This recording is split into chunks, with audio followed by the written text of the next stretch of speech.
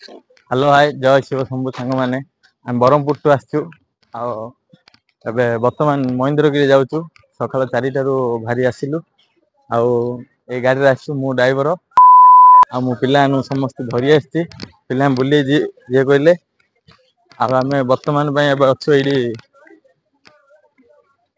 ଏ ଗୋଟେ ବାଟରେ କୁଣ୍ଡ ପଡିଛି ଦେଖନ୍ତୁ ଆମ ପିଲାମାନେ ସବୁ ସେଇଠି ଅଛନ୍ତି ଆଉ ଆମେ ଏବେ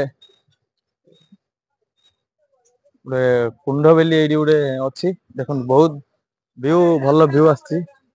ପ୍ଲେସ ଟା ବି ଭଲ।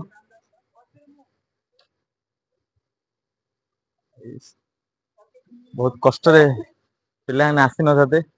ମୁଁ ପିଲାମାନଙ୍କୁ ବାଧ୍ୟ କରିକି ଧରି ଆଜି ଆସିଛି। ଚାଲ ବୁଲିବାକୁ ଯିବା ବୋଲି।